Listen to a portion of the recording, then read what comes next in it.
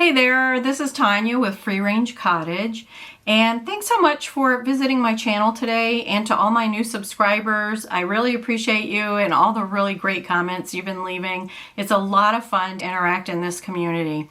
I have kind of a fun thrift flip for you today. Kind of rescued something that wasn't going to be used anymore because its original life was a cassette tape holder. And if you're close to my age, you remember that people had collections of cassette tapes. I never had that many, but I knew people that did.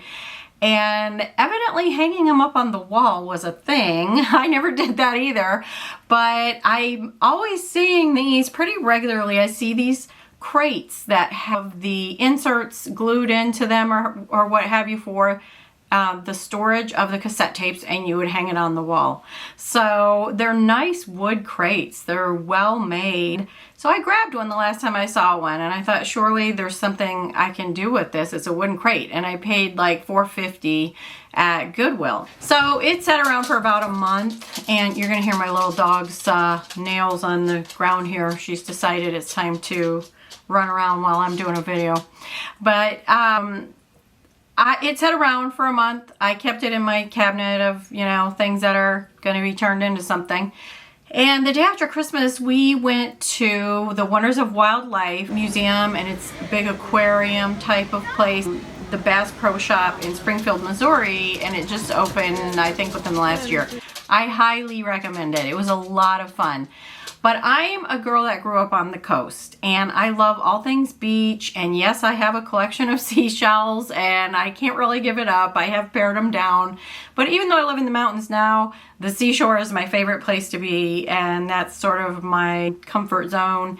So I walked into this big seashell room, and it was just beautiful the way they had them displayed on the black background.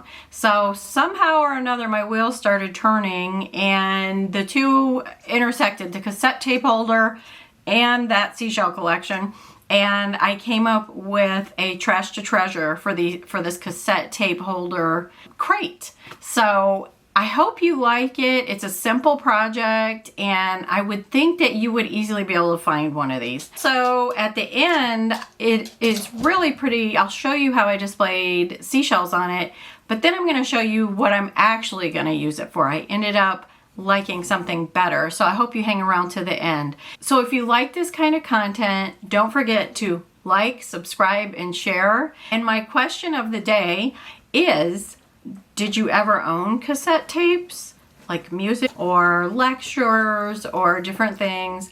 Or have you never owned a cassette tape in your life? Let me know down in the comments, and let me know how you like the finished product. And we'll see you next time at Free Range Cottage.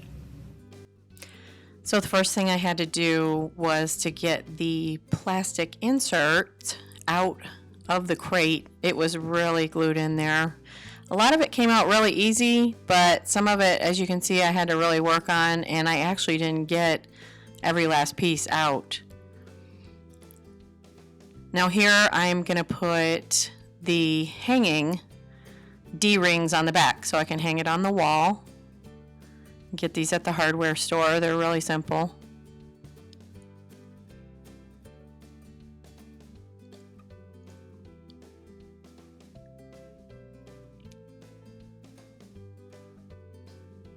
Now I had this galvanized handle in the workshop, and I thought, oh, I'll just add it to it. I'm trying to use up some of the things I have.